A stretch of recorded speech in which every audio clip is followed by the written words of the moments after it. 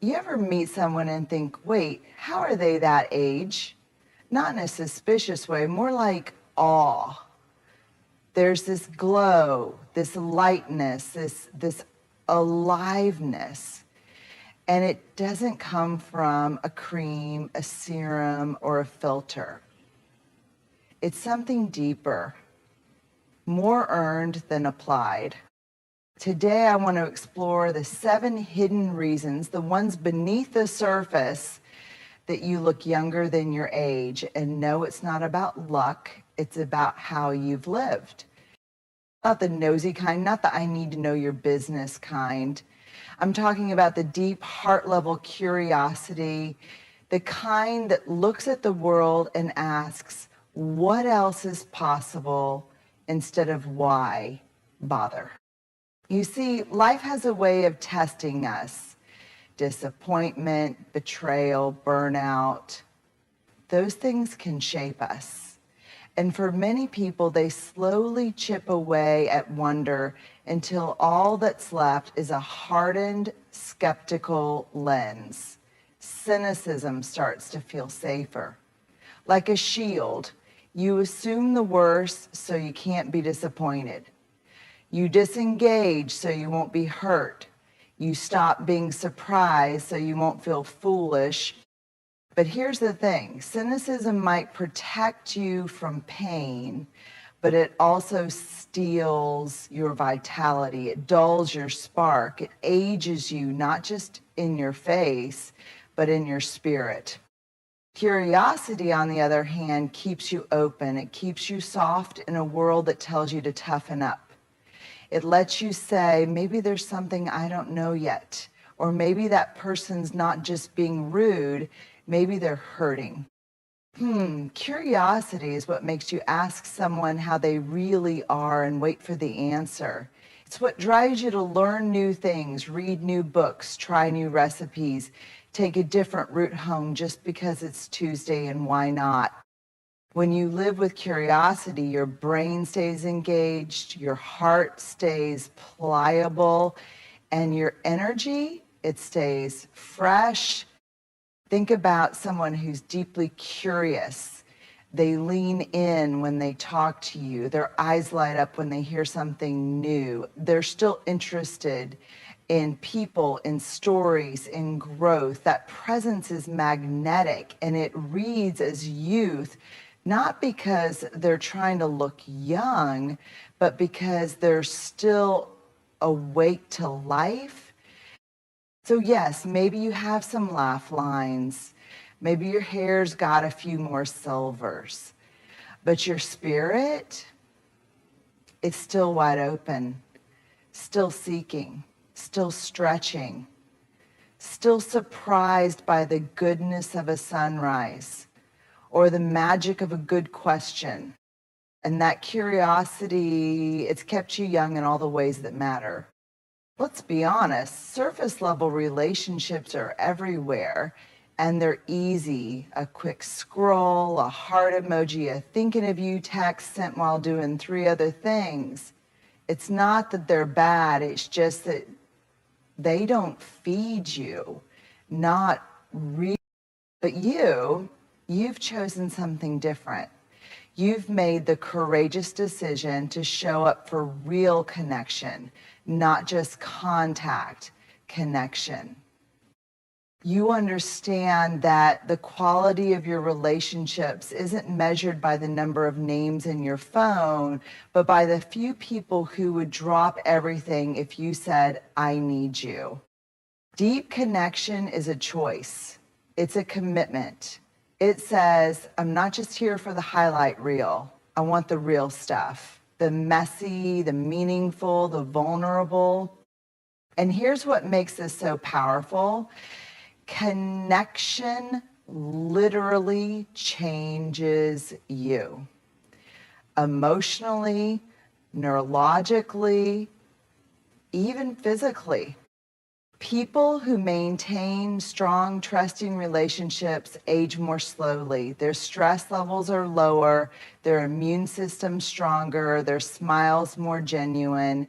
That's not just feel-good science, it's real. Your body knows when you're safe, when you're seen, when you're loved, and it shows. But connection is more than just having people around you. It's about the way you relate. You ask real questions and you wait for real answers. You don't shy away from hard conversations. You lean into them with tenderness. You remember birthdays and funerals and the name of your friend's dog. You laugh big, cry deeply, and you don't need people to be perfect. You just need them to be real. That kind of connection is rare, and that kind of presence, it glows. You've also likely done the hard internal work to be able to connect in the first place. You've taken your walls down brick by brick. You've let yourself be loved even when it felt risky. And you've learned that intimacy isn't weakness, it's strength.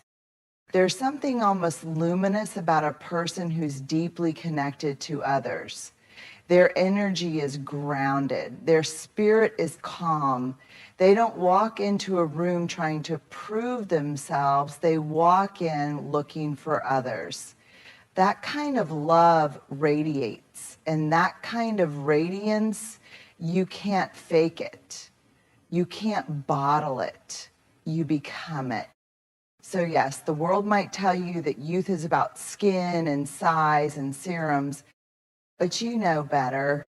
Youth is about aliveness, and nothing keeps you more alive than loving and being loved in return. You've made that your priority, and it shows. Not in a vague, positive vibes only kind of way. I mean in the raw, unedited, behind closed doors kind of way. You've embraced something powerful, self-compassion. And no, that's not the same as self-indulgence or pretending everything's fine. It's deeper, it's bolder. It's the practice of telling yourself the truth with kindness, of meeting your mistakes, your aging body, your unmet goals, not with shame or criticism, but with gentleness. Let's be clear, this didn't happen overnight. You didn't just wake up one day with a soft, loving inner voice. Most of us are trained from a young age to be our own harshest critics, to equate worth with achievement, to measure ourselves by impossible standards. So the fact that you've slowly unlearned that, that's the real work. You've traded in the toxic loop of not enough for something much more healing. I'm doing the best I can with what I've got today. And that shift, it has changed your life. It's allowed you to rest when you need to without guilt. It's let you set boundaries not out of defensiveness, but out of self-respect. It's taught you to look in the mirror and see a whole person, not a list of flaws to fix. You stopped talking to yourself like an enemy and started treating yourself like someone you love, someone worthy of grace, someone who doesn't have to earn rest or joy or softness.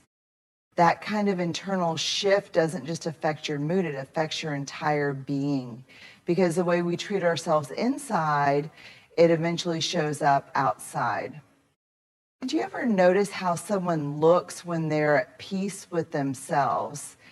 Their shoulders relax, their eyes soften, their presence is calmer, steadier, less performative.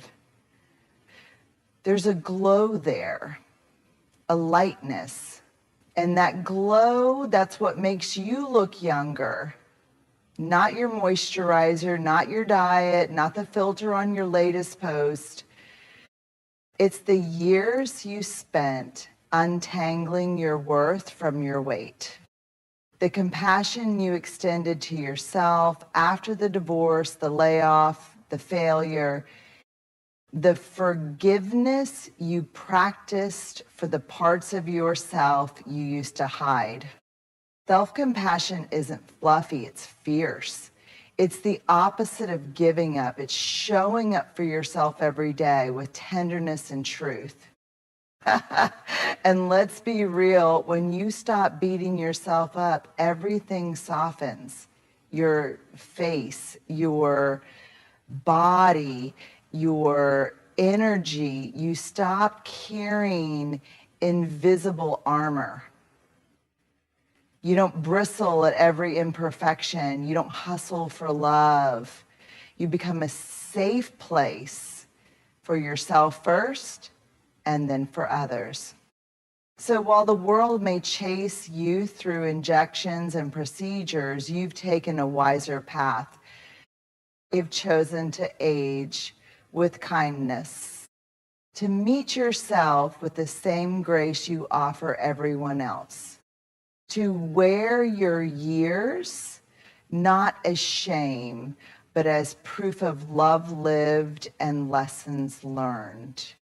That's not just beautiful, it's timeless. And I don't mean performing emotions for others or giving them a polite little nod before shoving them back down with a smile. I mean really feeling them, sitting with them, listening to them, honoring them as valid messengers instead of treating them like enemies. You've learned something many people spend their whole lives avoiding. Suppressing emotions doesn't protect you. It stores them in your body, in your mind, in your cells. Anger that isn't expressed turns inward as resentment or illness. Grief that's denied doesn't disappear. It hardens. Fear that's silent starts to take over in other ways. Anxiety, control, numbness. But you've chosen the harder, braver path to process your emotions, to face them instead of fleeing from them, to feel them instead of fixing, numbing, or denying. And that kind of emotional integrity, it's not just good for your heart, it literally keeps you young. When you feel your emotions, you release tension instead of carrying it around in your jaw, your shoulders, your gut. You breathe deeper. Your body doesn't have to stay in a constant low-grade state of fight or flight. Your nervous system feels safer, and that internal safety radiates outward. Here's what else is true. People who allow themselves to feel deeply often live more lightly. You've cried when you needed to. You've screamed in your car just to get it out. You've journaled through the chaos, danced through the pain, or simply sat on the floor and said, "This is really hard," without needing to fix it. You've stopped apologizing for being emotional. You've stopped treating grief, anger, disappointment, or fear as weaknesses. You've stopped pretending that everything is fine when it isn't. And that authenticity, that honesty, you've made you magnetic. Because when you process your emotions instead of suppressing them, a few amazing things happen. You stay emotionally agile. You bounce back faster. You don't get stuck. You become more empathetic. Your capacity to hold space for others grows. You stop walking through life like a clenched fist. You soften. And soft doesn't mean weak. Soft means free. Free from pretending, free from performing, free from all the pent-up, unspoken things that keep us rigid and closed off. There's a brightness to people who've made peace with their own inner weather, a calm that says, whatever comes up, I can handle it. I don't have to run. And that kind of emotional fluency, it's rare, it's beautiful. And yes, it keeps you looking and feeling younger. So no, you haven't stayed young by accident. You've chosen truth over tension. You've made room for the full spectrum of your humanity. And in doing that, you've given your body, your mind, and your heart the gift of relief. That relief, that exhale, that's what people see in your eyes when they say, You look amazing. What's your secret? It's not a secret. It's emotional honesty. And it shows. The body that carried you through heartbreak and held your joy. The body that got you out of bed when it was the last thing you wanted to do. The body that changed shape as life changed seasons. You've made a radical, beautiful choice in a world that constantly screams, fix yourself. You've chosen to move your body from a place of love, not punishment. That changes everything. You're not dragging yourself to the gym because you hate your thighs. You're not skipping meals because the scale scared you this morning. You're not treating your body like a project to perfect. You're treating it like a partner to care for. At that shift, it's sacred. Because when movement becomes a way to celebrate your body instead of shame it, your energy shifts, your presence changes. You move with grace, not guilt. And that grace, it shows. Some people move their bodies as a form of control. You've chosen to move as an act of kindness. Maybe you stretch in the mornings just to feel yourself come alive. Maybe you dance in the kitchen when your favorite song plays. Maybe you walk or garden or practice yoga, not to burn calories, but to reconnect with yourself. You know, the joy of movement, the pleasure of inhabiting your body, not just managing it. And let's not pretend that this journey has been easy. You've had to unlearn decades of messaging that told you your body was only valuable if it looked a certain way. You've had to silence the inner voice that whispered you're falling behind. You've had to replace no pain, no gain with no love, no point. And you did it. You redefined fitness, not as flat abs or marathon medals, but as feeling alive in your skin. You stopped obsessing over what your body looks like and started focusing on what it can do, how it feels, how it carries your spirit through the world. And here's what people don't tell you. That kind of loving relationship with your body radiates. You carry yourself differently. You don't shrink to take up less space. You expand into who you are. You smile more, you breathe deeper, you move like you belong because you do. And yes, people notice. They might say you're glowing or you've got this amazing energy about you. What they're really seeing, freedom. You're not at war with your body anymore. You're not punishing it for the pizza or pushing it through a workout it hates. You're in partnership with it. You listen to it. You care for it. You move with it, not against it. And that choice to move from love instead of fear, that's what's keeping you young. Because your body doesn't need to be perfect to be precious. It just needs to be loved. And you've done that. You've chosen to honor the miracle of movement. You've chosen to move with joy. And that joy, it lingers in your posture, in your rhythm, in your glow. That's not vanity. That's vitality. And it's one of the quiet, powerful reasons people look at you and wonder, how does she do it? She moves with love. And love, my friend, is ageless. That might not sound radical on the surface, but in a culture that glorifies exhaustion, that measures your worth by your productivity, that praises the hustle but punishes the pause, choosing to rest is an act of rebellion. Choosing to play, that's liberation. You've decided that burnout isn't a badge of honor, that collapse isn't a sustainable lifestyle, that your body and your spirit deserve more than just survival. And here's the beautiful part. You didn't just make space for naps or the occasional weekend off. You went deeper. You stopped believing the lie that rest is laziness. You stopped feeling guilty for slowing down. You started to believe what's always been true.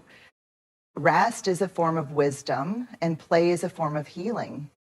Rest isn't about weakness, it's about recalibration.